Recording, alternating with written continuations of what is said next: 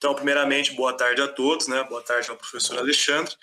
Meu nome é Yuri, eu sou geógrafo, especialista em docência do ensino de História para a Educação de Jovens e Adultos e também docência do ensino superior. Atualmente, eu sou aluno especial do programa de História Econômica da USP, tendo como linha de pesquisa a história do pensamento econômico e a demografia histórica com reflexos na conjuntura espacial e econômica dos municípios da região do Vale do Paraíba Paulista.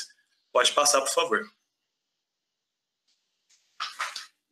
Então, o presente artigo tem por razão existencial analisar as etapas alomórficas dos arranjos econômicos às quais a cidade de Cruzeiro passou aos longos dos anos 1900, desembocando os tempos atuais, pregando assim em sua análise o instrumento fundamental da compreensão do fenômeno populacional, demonstrando como a localidade, em debate, consolida seu apogeu na área média Paraíba Paulista.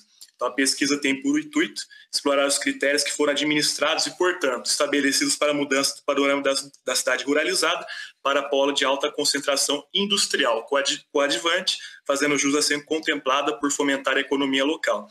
Então, vai unir a questão da urbe e o rústico campesino por meio da demografia e da economia. Será uma pesquisa que vai promover a interdisciplinaridade, né, trazendo esses resultados positivos à tona. Pode passar, por favor. Então, a bonança foi a marca ímpar do tocante formação sócio-histórica municipal no século XVIII, tendo as incursões dos exploradores, mercenários, por seus espigões, promovendo uma miscelânea de questões de comércio, entre outras situações ali do campo econômico, onde a gente vai ter esses aspectos importantes da pesquisa, né? Então, o empreendimento minerador vai ser uma situação muito constante nesse início de Cruzeiro, né? Onde mais tarde vai passar para uma economia cafeeira. Então, a gênese de Cruzeiro, né, está atrelada às incursões dos pioneiros bandeirantes também, pela localidade das entranhas da Garganta do Embaú. Então, vai ter ligado toda aquela região de São Paulo, Minas Gerais, também sendo um percurso muito importante para a questão comercial do Rio de Janeiro. Pode passar, por gentileza. Em 1880, a vila passa a exportar cerca de 450 mil quilos de café, corroborando para a questão dessa dinamização das economias, né? Então, o acúmulo da riqueza possibilitou a conexão salutar entre dois eixos muito importantes da logística. A questão do século XIX, século XX também vai ser muito importante graças a essa questão da ferrovia, né? Que vai ligar a questão da ferrovia Dom Pedro com a Minas Highway. Então, a realidade ilustrada está muito presente nas raízes do Brasil. A cidade de Cruzeiro vai apresentar o esboço clássico inicial lambertiniano do crescimento do Sudeste, ou seja, por meio desse aspecto a gente pode ver as questões macros e micros econômicas a partir dessa dimensão econômica. Pode passar, por gentileza.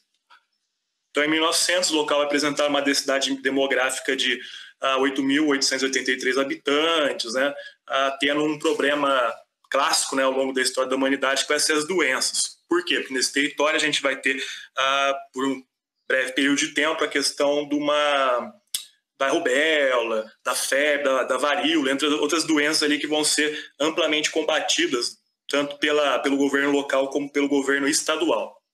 Pode passar, por gentileza.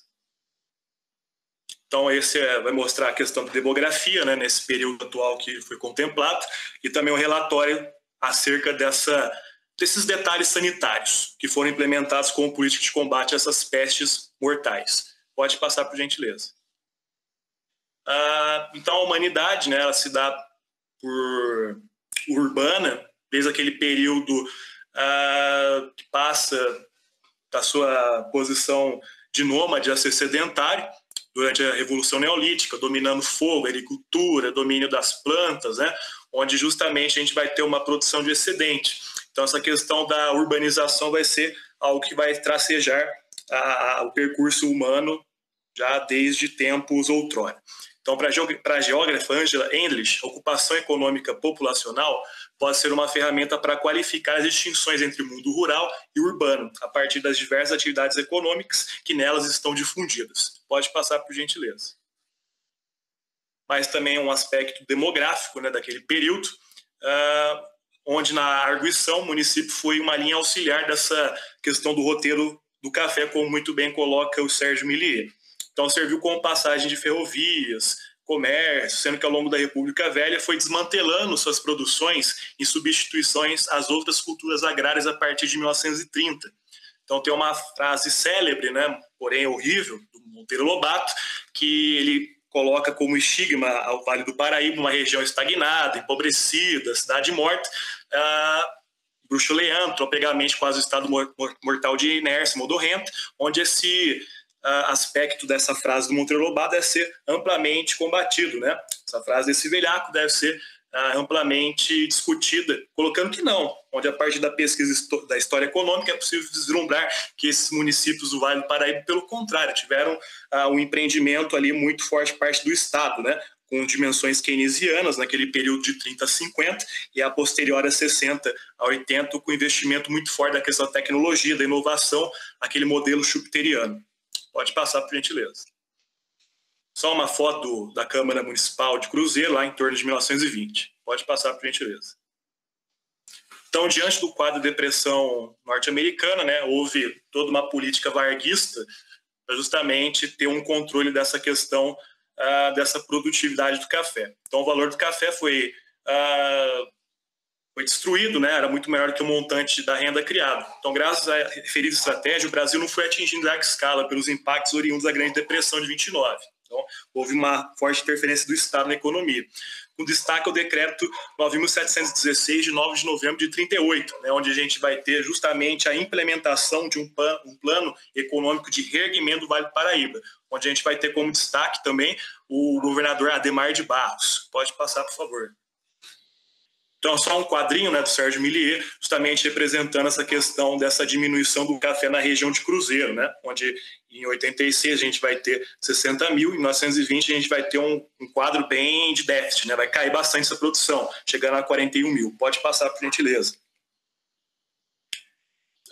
Então, a finalidade era objetiva dessa interferência, dessa ingerência estatal. A introdução das tecnologias iriam permitir as mudanças profícuas no patamar produtivo, como também modernização implacável do antigo modelo econômico decadente da República Velha, assentando o Brasil na era da globalização capitalista. Então, vai ser investimento na questão hidrelétrica, entre outros segmentos aí da tecnologia. Pode passar, por gentileza. Então, a partir das mudanças implementadas por Getúlio Vargas e o governador paulista Adhemar de Barros, o Vale do Paraíba passou a ter outro panorama de atividades econômicas, voltado ao forte investimento da indústria pesada. Por exemplo disso, a questão da siderúrgica nacional, né, que vai ser nessa região aqui do Vale do Paraíba, divisa com o Rio de Janeiro e tal. Então, a captação e gerenciamento do Rio Paraíba também será uma tônica do amálgama do desenvolvimento autoritário implantado com sucesso nos territórios do Hinterland paulista, que passará a ser voltada para as atividades de produção de energia elétrica, abastecimento e consumo de capital. Então, entender a configuração de uma população se faz fundamental em virtude de diversos aspectos. Por isso, ao realizar estudos sobre esse tema, é preciso considerar os conceitos demográficos, que se manifestam em informações temáticas que servem para observar as mudanças em determinados segmentos sociais. Então, vai ser muito importante esses métodos qualitativos e quantitativos para pesquisa, né? Pode passar, por gentileza.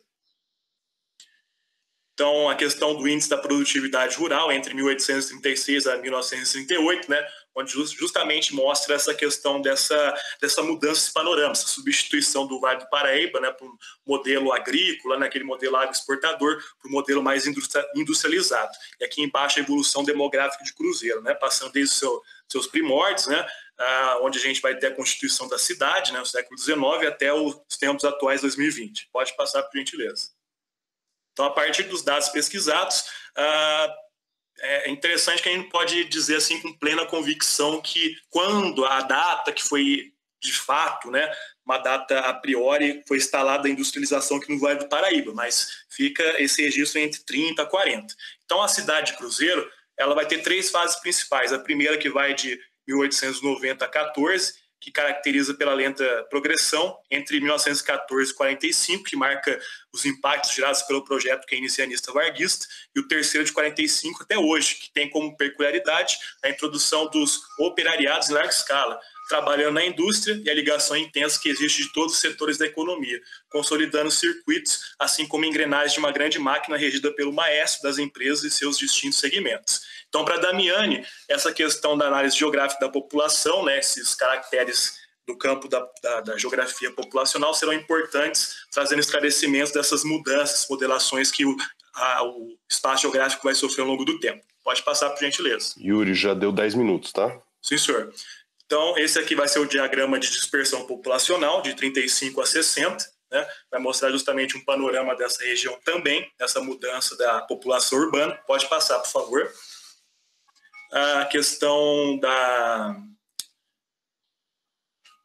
população rural, né, onde a gente vai ter justamente essa questão dessa dispersão, essa diminuição dessa população, né, onde a gente tem esse panorama de 1935 a 1960. Pode passar, por favor. Então, conforme se avalia no censo de 60, é possível verificar uma população com trabalho ativo em Cruzeiro de 9 mil pessoas, porém outra parcela sem trabalho, um total de 22 mil. Então, como que o Estado fez para poder resolver esse problema? A partir justamente da introdução de inovações, né? Então, como diria Schumpeter, né, essa questão do capitalismo vai ser regido por 3 tônicas que estarão presentes em Cruzeiro. A questão da indústria, a questão da criatividade, né, da mão de obra especializada, somada ao cenário econômico interessante. Então, por meio dessa análise do Schumpeter também, a gente vai ter a questão do próprio Milton Santos, que fala que a partir desses investimentos, a gente vai ter uma organização muito interessante desse capitalismo, juntando tanto os circuitos inferiores como os circuitos superiores. Pode passar, por gentileza. Então, a fonte do SEAD, a fonte da geógrafa Isla Coque Miller, que mostra justamente a mudança desse panorama urbano da cidade de Cruzeiro, que agora praticamente passa 90% a ter seu território urbano, né, que outrora era rural, era ruralizado. Pode passar, por gentileza. Então, a quantidade de empresas em Cruzeiro, né, pegando um comparativo de 1970 a 2021, então houve uma evolução, né, como a gente pode estar analisando pelos dados da Fundação SEAD. Pode passar, por gentileza. Então, as considerações finais, professor. Então, ao longo da pesquisa, foi possível apurar que a cidade de Cruzeiro passou em seu bojo sócio-histórico por profundas modificações espaciais e econômicas, que foram responsáveis por dinamizar os fluxos fixos em seus quadrantes, colocando em baila sua plasticidade resultante de políticas territoriais e da financiarização embutidas tanto pelo Estado e pela iniciativa privada das empresas instaladas na esfera municipal. Então, a investigação, através da administração de métodos demográficos, foi salutar para expor com precisão os resultados oriundos da modernização pioneira do interior do Vale do Paraíba Paulista, tocante ao carrossel Piraquara de Cruzeiro, constatando as peculiaridades na reestruturação heterogênica a qual a região passou ao longo da sua evolução cronológica, denunciando a concentração e opulência de suas riquezas na dinâmica da organização e planejamento regional, sendo uma zona estratégica de investimentos regulados que geraram resultados positivos nos aspectos da infraestrutura e tecnologia, promovendo também a integração ao cenário da globalização engendrada pelo regime do capitalismo informacional.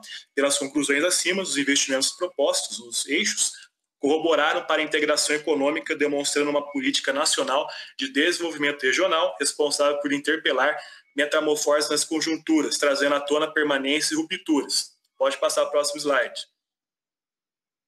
Então, essas são as referências bibliográficas que foram utilizadas no trabalho, as fontes secundárias, como o Antonio, o Jack Lambert, o Joseph Schumpeter, entre outros, e as fontes primárias, né, também foram amplamente divulgados nessa questão da elaboração do trabalho científico.